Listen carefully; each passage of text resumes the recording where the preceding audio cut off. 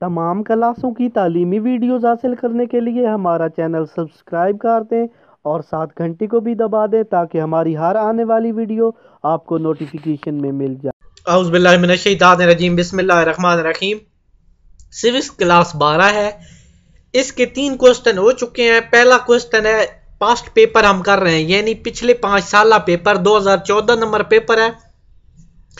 इसके MCQs वाला पहला सवाल हो चुका है। दूसरा सवाल मुख्तसर सवाल थे जो 12 में से 8 करने थे, तीसरा भी 12 में से 8 करने थे, और चौथा है तो ये तकरीबन 13 हो गए, 13 में से 9 करने होंगे। तो चलिए शुरू करते हैं। पहला क्वेश्चन है, फिरकावारियत से क्या मुराद है, यानी फिरके बनाना। ये सुन्नी है, ये शिया है, ये बरेलवी है, ये वहाबी है, ये इस तरह के जो फिरके होते हैं इनको फिरकावारियत कहते हैं। फिरकावारियत और इंतहा पसंदी एक खतरनाक जहर है जो किसी भी मुआशरे के इत्तेहाद को पारा पारा कर सकती है। पाकिस्तान में कई मजहबी और लिसानी गिरोह मौजूद हैं जो फिरकावारियत और इंतहा पसंदी को हवा दे रहे हैं। इनके दरमियान इस्लामी अखुवत और भाईचारे की इक़दार को फ़रोग़ देकर कौमी यकजहती और सालमियत का तहफ़्फ़ुज़ किया जा सकता है। बिल्कुल ये बात ठीक है कि पाकिस्तान में सुन्नी है, शिया है, वहाबी है, ये मुख्तलिफ फिरके बने हुई हैं। इसके बाद कुछ पंजाबी हैं, सिंधी हैं, बलोची की। कोई कहता है हम पंजाबी हम सिंधियों से बेहतर है, कोई सिंधी कहता है हम बलोचियों से बेहतर है, कोई शिया सुन्नी को कहता है, कोई सुन्नी शिया को कहते हैं, कोई वहाबी अहले हदीस को कहता है। ये इस तरह का काम है। ये इसको कहते हैं फिरकावारियत। फिरकावारियत इंतहा पसंदी है। किसी भी मुआशरे का जो है इत्तेहाद वो पारा पारा करता है। इत्तेहाद पारा करना यानी इकट्ठा जो इत्तेहाद होता है, मुल्क इकट्ठे रह रहे होते हैं, वो ख़त्म हो जाता है। नेक्स्ट सवाल नंबर 2 है, मुआशी खुशहाली से क्या मुराद है। मुआश जहाँ भी लफ्ज़ इस्तेमाल हो समझें रोज़ी कमाना, पैसे कमाना से इसका ताल्लुक है।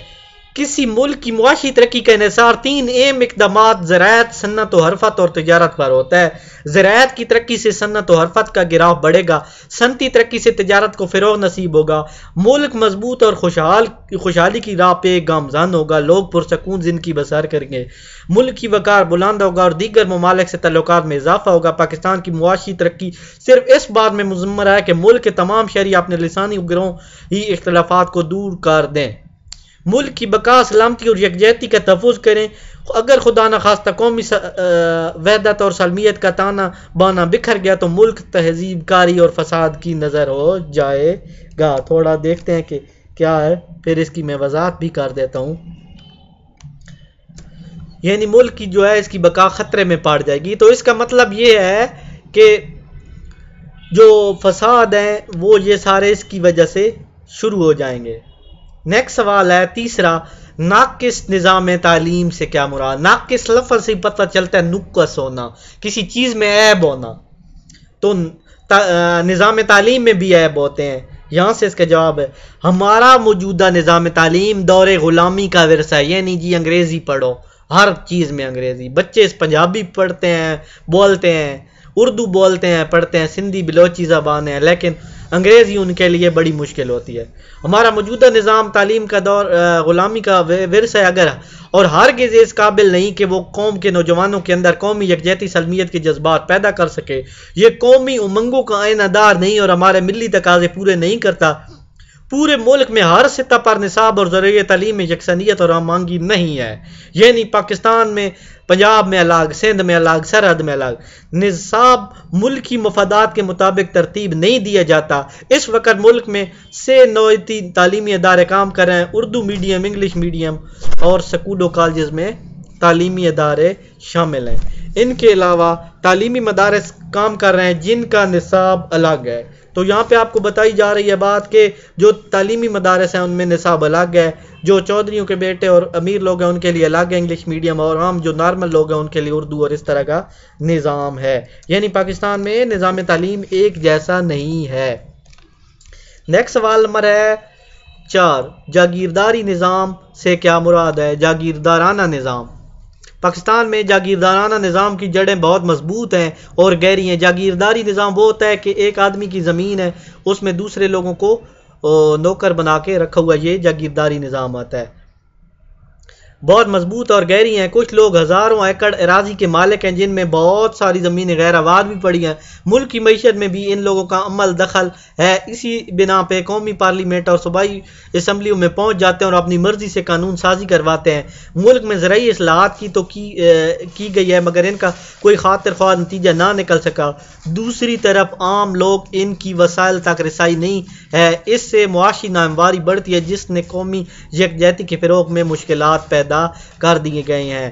یہاں پہ ایک بات یہ واضح ہوتی ہے کہ جو چودھری اور وڈیرے ہیں انہوں نے اپنا نظام الگ بنایا ہوا ہے. وہ وہاں سے ووٹ لے کر قومی اسمبلی میں پہنچ جاتے ہیں اور اپنی مرضی کے قوانین بنوا لیتے ہیں. نیکسٹ سوال نمبر 5 ہے افغانستان میں روسی فوجیں کب داخل ہوئی ہیں؟ افغانستان میں روسی فوجیں ہیں وہ دسمبر 1979 میں داخل ہوئی تھی. نیکسٹ سوال نمبر 6 ہے پاکستان کے چین کے ساتھ جو تعلقات ہیں ان کا آغاز کب ہوا؟ تو 1954 اور 55 میں پاکستان اور چین کے تعلقات کا آغاز ہوا تھا اور دونوں ممالک دوستی کے اٹوٹ رشتے میں بن گئے. یعنی پاکستان اور چین میں اتنی دوستی اور پیار بڑھ گیا ہے کہ وہ ایک دوسرے کا جسم کی طرح محسوس کرتے ہیں. نیکسٹ سوال دیکھتے ہیں کون سا ہے. سوال نمبر 7 ہے. ان کو ساتھ ساتھ کاپی پہ نوٹ کرتے ہیں تاکہ آپ کو یاد ہوتے رہیں.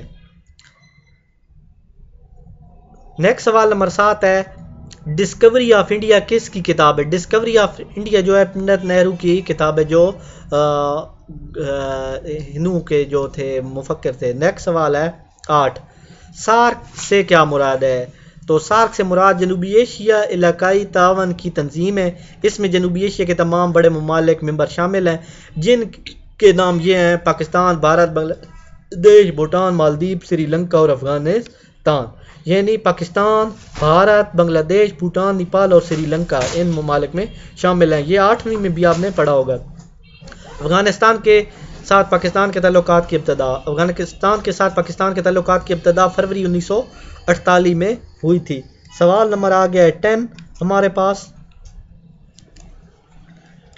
سوال نمبر ہمارے پاس اقتصادی تعاون کی تنظیم ECO کے ممبرز کتنے ہیں؟ اقتصادی تعاون کی تنظیم ECO کے ممبر 10 ہیں. سوال نمبر 11 اقوام متحدہ کا چارٹر کب منظور ہوا؟ اقوام متحدہ کا چارٹر 25 جون 1945 کو منظور ہوا. اور 12 نمبر سوال ہے تولیتی کونسل سے کیا مراد ہے؟ تولیتی کونسل سے مراد درج ذیل ہے. یہ لکھ کے اس طرح جواب اور ساتھ ہیڈنگ لکھیں، اچھے نمبر آتے ہیں. اقوام متحدہ کے اس ادارے نے دوسری جنگ عظیم کے بعد تباہ حال قوموں کی حالت بہتر بنانے کے لیے انتظام کیا تاکہ وہ ان علاقوں کے عوام کی ثقافتی، تعلیمی، اقتصادی، سماجی اور دیگر ضرورتوں کی تکمیل بطور نگران کرے. اور یہ نگرانی اس وقت تک جاری رہے گی جب تک یہ قومیں آزادی حاصل کرنے کے قابل نہیں ہو جاتی. اب یہ ادارہ اپنی افادیت کھو چکا ہے. یعنی یہ تولیتی کونسل بنا تھا جو قومیں دوسری جنگ عظیم میں غلام بنی تھی تو ان کی حالت جو خراب ہوئی تھی اس کی بہتری کے لیے یہ بنی تھی. نیکسٹ سوال نمبر ہے 13 لاسٹ سوال ہے اقوام متحدہ کے سیکریٹریٹ کا سربراہ کون ہوتا ہے؟ اقوام متحدہ کے سیکریٹریٹ کا سربراہ سیکرٹری جنرل کہلائے گا. جنرل اسمبلی اور سلامتی کونسل سیکرٹری جنرل کو 5 سال کے لیے منتخب کرتی ہے. اقوام متحدہ کے سیکریٹریٹ کا سربراہ جنرل کہلاتا ہے. ٹھیک ہے، سیکرٹری جنرل. اور جنرل اسمبلی اور سلامتی کونسل سیکرٹری جنرل کو 5 سال کے لیے منتخب کرتی ہے. تو اس کے بعد کوئی سے 3 سوالات ہوں گے، یہ حصہ دوم کرے گی انشائیہ سوالات. تو اس کا بہترین طریقہ یہ ہے کہ آپ ایک کاپی بنائیں، اس پہ لکھیں پاسٹ پیپر، پھر 2014 لکھ کے یہ ساتھ کاپی پہ نوٹ کریں، نوٹس بنائیں. بہت ہی اہم طریقہ ہے. لکھنے سے 50 بار پڑھنے سے اور 2 دفعہ لکھنے سے آپ کو یاد ہو جائے گا. 50 بار پڑھنے کے بجائے آپ اگر 2 بار لکھیں تو آپ کو اچھی طرح یہ یاد ہو جائے گا. اسی ویڈیو کے ساتھ میں اجازت چاہتا ہوں. اللہ حافظ.